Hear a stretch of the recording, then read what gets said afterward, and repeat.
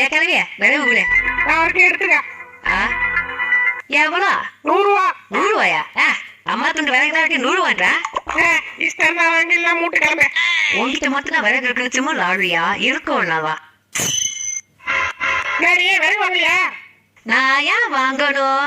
இது ஸ்டவ் அடுப்பு, மண்ணெல்லாம் எரியும். உன் விறகுலாம் இனிமே எனக்கு தேவையில்லை, நீயே வச்சுக்க.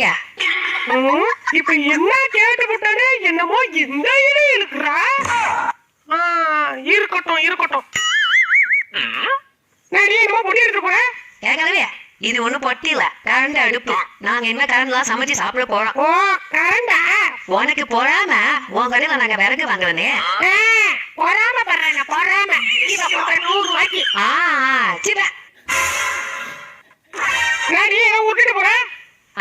இது கேஸ் அடுப்பு. நாங்க இனிமே கேஸ்ல தான் சமைச்சு